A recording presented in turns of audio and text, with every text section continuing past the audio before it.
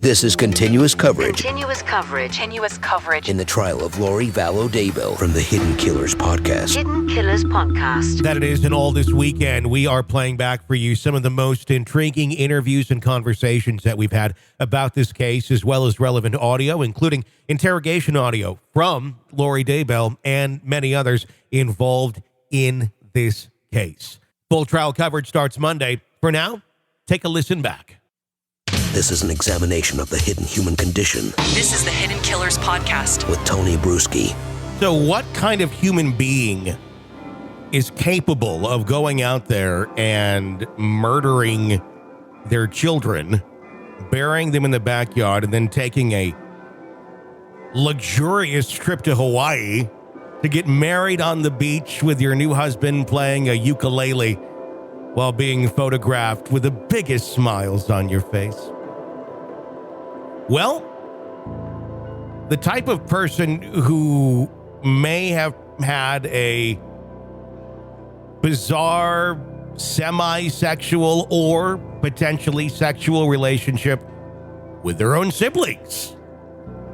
A sibling who may have even participated in your scheme to kill and remove certain people from your life, and then the type of person that may have been responsible for even that person's death as well, because, well, they might just know a little bit too much. Of course, we're talking about the relationship between Lori Vallow Daybell and Alex Cox, and what they were up to. You know, simulating sex acts between a brother and sister. What everyone does around the holidays, right? That's, oh my goodness. That's, in reality, what had been going on there with Lori Vallow and Alex Cox, brother and sister. How do we know this? Because, well, Alex Cox's ex-wife called the police and said, you know, there's something kind of off here. And you may have heard bits and pieces of this clip over the years, but what we're going to play for you right now is the phone call in its entirety. This is the phone call that was made to the Chandler Police Department. It's a conversation between Alex Cox's ex-wife named Debbie and a detective, sharing the rather strange dynamics of their relationship. Take a listen. Investigations, Detective Coons. Hi, Detective Coons. This is Debbie. I'm returning your call. Oh, yes, ma'am. Thank you for calling back. Sure. So, I'm not really sure. Did you provide the Chandler Police Department with a tip on a specific homicide investigation? I did. Okay. I didn't want to, lead into what the information was or anything like that, or even assume that it was you, because sometimes people play games with us online. So, Sure. So, I've read the information that you provided, and I'm assuming you typed the information out? I did. Okay. What is it that you can actually talk to us about regarding all of this? Well, I can only share the conversation. So I was married to Alex many years ago, and our marriage ended within a year, but we stayed in very close contact for several years. And I spoke to Alex last, right after he had served time in jail for the assault on Joseph Ryan. And when he was telling me about it, now Alex, I'm sure you know from your investigation, was a comedian. And he was always joking about things in a funny way or trying to be funny. And he did tell me he was still really, really mad at Joseph Ryan because of things with his sister Lori. Okay. Custody issues. And he had told me that Joseph Ryan had possibly sexually abused the kids, Colby, as well as Tylee. But when I would ask Alex a lot of questions about it and try to dig deeper, then it would turn into, well, we're just trying to get custody. And he would flip-flop around quite a bit on whether or not that abuse had actually taken place, whether they had any proof it had taken place, or if they were just playing games to try to help his sister get custody. Mm-hmm. But in that conversation, he told me that he wanted to bait Joseph Ryan into a fight so that he could kill him. And if I had really at that time thought he was serious, because he said it in a joking way, but it was still creepy and weird. Weird enough that I never spoke to Alex again. That was the last time I ever talked to him. I just thought, okay, jail has not been kind to him. He's off his rocker. I really don't want to have this guy in my life anymore. Oh, okay. So I just never spoke to him again. That was the last time. But he had told me he wanted to bait him into a fight so that he could kill him and claim self-defense. Okay. And how long after how long after Alex had been released from serving his time that you guys had this talk? I think it was probably 2-3 months.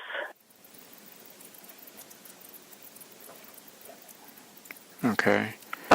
I'm not 100% sure on the dates, but I know it was relatively soon after, just not immediately. Okay. Did he ever go into any details of what he did to Joe or anything like that, or why he did that?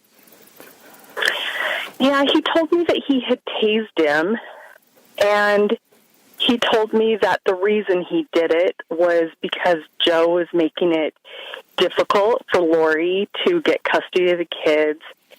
He also claimed that he did it as punishment for sexually abusing the kids. He said he thought Joseph deserved to die because of the sexual abuse. But really, Alex couldn't provide any. Well, I didn't feel, because I was like, well, are you sure? How do you know? Did you take the kids to a doctor? I was asking a lot of questions, and he just couldn't be straight with the answers. But those were his reasons that he stated to me that he had tased Joe. Okay, and did he say that he had tried to kill Joe at that time, or was it something different? He didn't say he was trying to kill him. He just wanted to hurt him. Okay. But he did tell me he wanted to kill him, but I took it more of, I want to kill that guy, just kind of conversational. I didn't think he would actually go do something like that. Okay. I was even shocked that he tased him. But I didn't even know about the tasing. I heard about it from Alex. What do you mean you didn't know about the tasing? Oh, I'm sorry. Alex had kind of fallen off the radar we hadn't talked for about a year. And so I just thought he kind of fell off the radar. And then we talked, and he told me where he'd been the last year and what he had done. Okay. When did you guys get married? We got married in 92. So then you got divorced in 93? Yeah. Yeah, that, I don't know that this helps anything with the investigation, but as soon as I married him, I didn't know his family before we got married. We dated, whirlwind romance, got married, then I got to know the family. And there were so many crazy dynamics in that family and I've gone back since all of this came out and read my journals from that period of time. And there was just a lot of crazy dynamics in that family back then. And it caused a lot of issues right away. And it actually made me scared and nervous. How so? And we fought about, because there was a lot of inappropriate There was a lot of inappropriate sexual touching and things going on in the family, particularly between him and his sister. So between Alex and Lori? And Lori. Okay. You kind of got me at a loss on this one. What do you consider inappropriate sexual touching? Like, they were simulating sex acts, and which is not normal to me for a brother and a sister. For example, he would pick her up and she'd wrap her legs around his waist, and he would kind of bounce her up and down on himself. Okay. In front of me, and they would moan and simulate sex acts.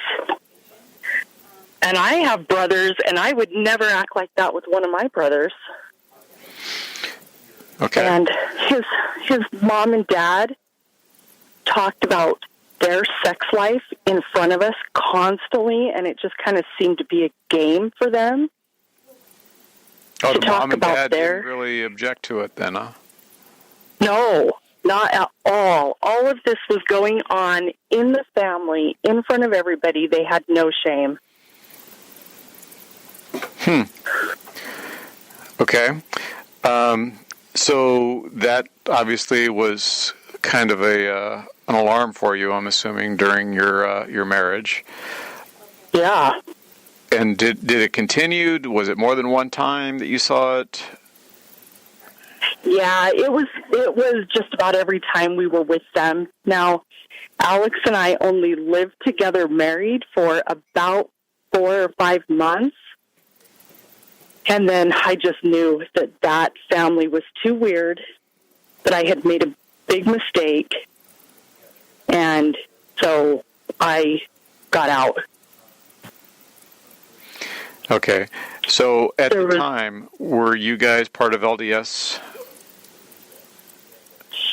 Not really. Okay. I mean, both of us had been baptized, but neither one of us were being active. Okay. And I was only baptized and active for a year of my life anyway. I wasn't really raised LDS. Alrighty. How did Alex talk about Lori?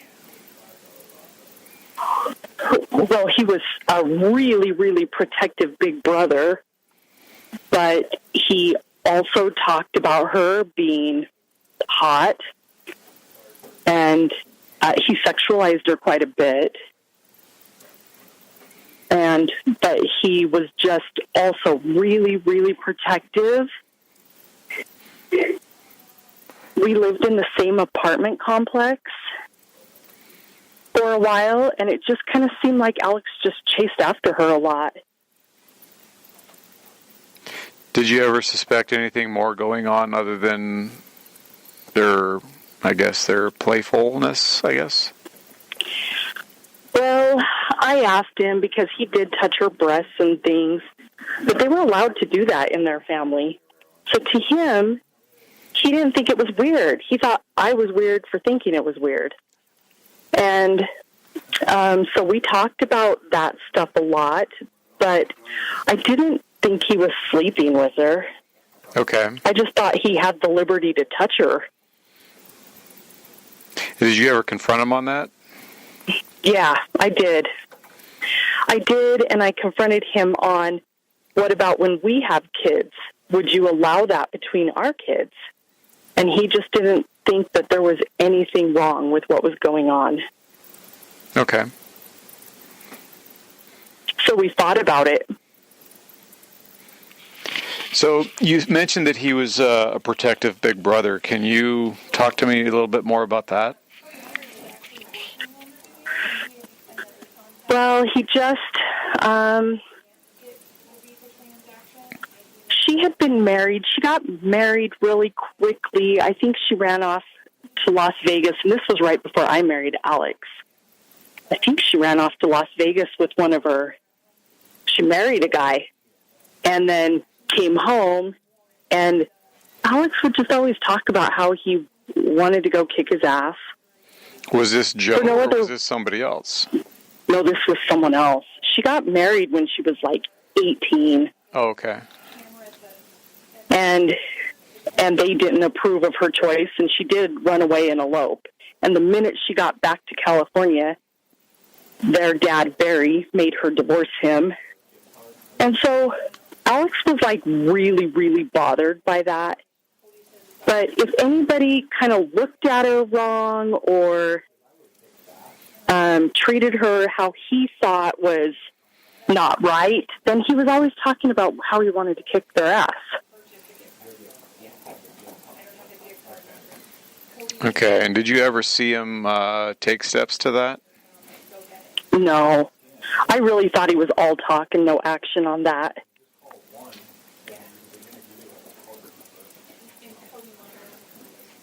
Okay.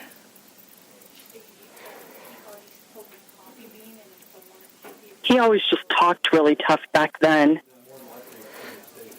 How old were they when you guys got married and you saw this behavior? I was 22 and Alex was 24. Okay. And I'm unfamiliar with how much older Alex was than Lori. I'd say 3-4 years. 3 to 4 years. So, okay, so Yeah. she was maybe 20, 21 at the time? Yeah. Yep, Okay. That sounds right. Okay. And this, where was this at? What state? Utah. In Utah? Mm-hmm. Lori and Alex both lived here in Utah. And then we just went to California a lot.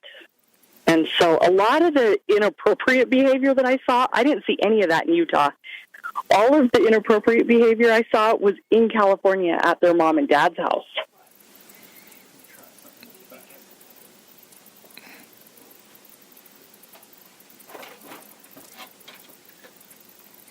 So anytime that you guys went to visit the parents, that's when you saw this behavior?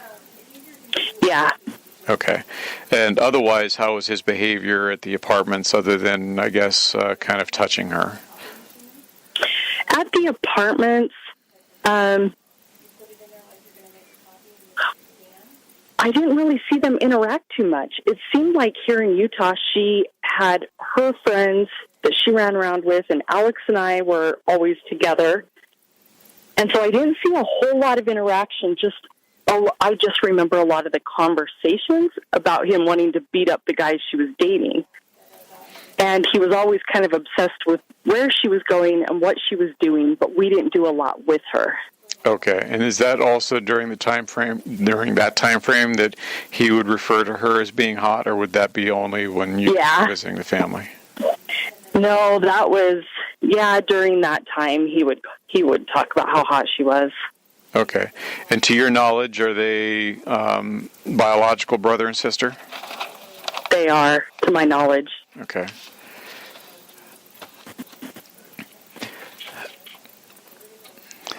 And you never talked to him after that last comment where he stated he was going to try to bait Joe into a fight? Yeah, nope. That was the last time I talked to him. Okay. And forgive me, would that have been in 2009? Yeah. Or would that have been a little later? No, I think it was 2009 when I was doing the math. Okay. But it was right after he had just been in jail. Okay. And you said like a couple months maybe after he got out. Yeah, correct. Okay. And at that point, did you ever hear of Alex being violent to anybody other than the event with Joe? No, I hadn't. Like I said, I really thought Alex was all talk and no action. And so I never thought that could happen. Okay. Did Alex ever... I was shocked by the tasing. Well, I can imagine. If you've never seen that type of behavior, I can certainly imagine the shock that could come from that. Did Alex ever talk about religion with you or any ideology that he had? Yeah, he did. While while he and I were married, he got excommunicated from the Mormon church. And then over the course of the years of our communicating after our divorce, I know that he said he got rebaptized, and then he got excommunicated again. And then I just don't think he ever bothered to try to get rebaptized, but he was always really, really convicted in the faith. He had very strong opinions, but where Alex is weak is he was just sexually promiscuous. And so then he just kept getting kicked out of the church because I think he was a sex addict. So what makes you think he was sexually promiscuous? Oh my goodness, because he told me. He would tell me. He couldn't control sex. He would find it wherever he could find it. And is this after you were divorced? And it was before also. I was just foolish and thought, oh, he's married now, so that's going to be over. But we were actually living when we first moved in together, we were living in Texas. And he had told me about his struggles with sex addiction before we got married. Mm-hmm. I just didn't really understand what that was at 22. And so I thought, oh, okay, we get married and it's over. But when we were living in Texas, then he came. I had been wanting to move back to Utah because I didn't like living in Texas. And he wanted to stay, but then all of a sudden he came home from work one day and said, okay, we're moving. Pack up the car. Let's go. I didn't ask questions because I was excited to leave. So we packed up the car and we left, but it was really hurried. And we even left some things behind. Well, once we got back to Utah, I found out that actually he had slept with a 15-year-old girl while we were living in Texas. And her dad had found out, and so her dad was going to come find him. Gotcha. So that's why we left. I'm going to take care of this problem on my own type of a deal. Yeah. So Alex, that was why Alex came home and said, okay, we're leaving right now. Okay. And we were already married at that point, but that did play into our divorce. There was just too much promiscuity. Sure. Surrounding sex in our marriage early on. So infidelity then, I'm assuming, was part of the issues? Just with I only know about the 15-year-old girl. Mm-hmm. I only know about that one. And then the other sex issues for us were really the situation with his sister. The situation with his sister just the touching and, okay. Yeah, the touching and the things that we've already talked about. Okay. It was just so blatant all the time when we were around her. And it was always Lori. He didn't act like that with his other sister, Summer, because Summer was really, really young. So, and he didn't act like that with his older sister, Stacy. He only acted like that with Lori.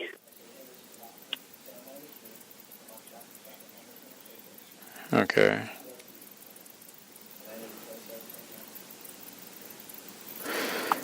Okay. So, since all of this stuff has obviously been hitting the media, have you been contacted by any other family members or anyone else and provided information with the intent that they wanted you to say this or anything like that? No, I've actually really, really kept a low profile because I don't want to be in the news. I don't want my kids felt a responsibility to at least say what I heard in that last conversation. And it's taken me a while to even get to you because I left the tip on Gilbert police, and I left a tip at Idaho, and I left a tip at the FBI, and didn't ever hear from anyone. And then it was just this last week I realized I should have left the tip with Chandler. But no, I haven't been contacted. You. No.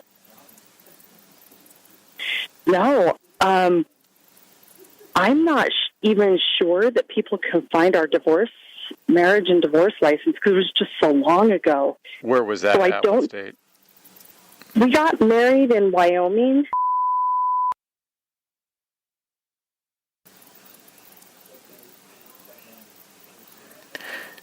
And was it pretty much a know-nothing deal for the divorce? Yeah. Okay. Since there's no kids in common? No. Okay. No. All right. So I'm asking this next question because it's going to get asked one way or the other. So it's not to be judgmental or anything like that. But why come forward now this far down the road from when the investigation started? Well, like I said, at first, I couldn't even believe it. When I saw it on the news, I thought, I can't believe this happened. And then after about a month of that, then I did start trying to reach out. I tried all of those agencies that I told you about. Okay. When did you actually first hear about this? December of last year? Yes. Okay. And that was because of the search for the kids and or the death of Alex or what? No, it was it was the search for the kids. I was watching the news one night. Okay, and it came on, and I was just floored. Okay. All right. I'm going to just let you know that we record our conversations just because the prosecutors want that done. But I'm going to stop the recording now so I can actually ask for your personal information. Okay. So just kind of. Okay. Can I tell you one thing though? Yes. Because I don't want to leave anything out. Yes. When I first found out, very first, I did reach out to Alex's sister, Summer, through Instagram and just said, because I heard Alex had died. And so I reached out to his sister, Summer, and I said, I'm just so sorry to hear about Alex. And her response was, don't believe what you're seeing in the news. And that was it. There was no other contact, but I just didn't want you to think that. When you asked me if I'd talked to anyone, I talked to Summer, but that was the only exchange, and that's all it was said.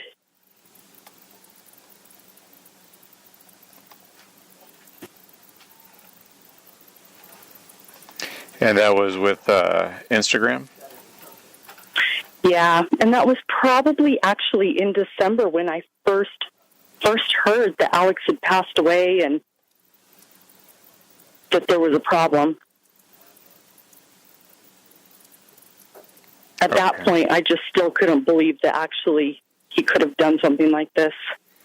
Sure. So I was sad he died. It is one of those things that we tend to not see in people, and then we have an even harder time believing it when we hear of it. Yeah, it took me a minute to believe this was actually happening, but I would say, and I'll be honest, I was scared of being in the news because my kids don't. And I thought, well, the police are going to find everything that they need. But I just couldn't get past what Alex had said. And while he may not have done that plan to Joseph, I don't know that he didn't do it to Charles. And I just couldn't live knowing he had said something like that to me and not pass it on. And I appreciate the fact that you are reaching out to us to provide this information to us. So I'm going to ask you, if we have additional questions, is it okay to reach out to you? Of course. Okay. So I'm going to stop the recording now so I can get the additional information. This is an examination of the hidden human condition This is the Hidden Killers podcast. with Tony Bruschi. You know, everything that everyone does, it's because of the prism that their mind is seeing through. And if your prism is completely fucked up, that would enable you to do completely fucked up things. Doesn't make them right. But when you see what the norm is for some and you wonder, how did you get here? It helps explain the abilities that some people have that the rest of us look at and go, huh? Interesting look there. Be sure to press subscribe wherever you download podcasts so you don't miss any of our breaking updates and discussions and coverage of the cases that we're following for you. The complete list in the episode description. My name is Tony Bruschi. Stay with us.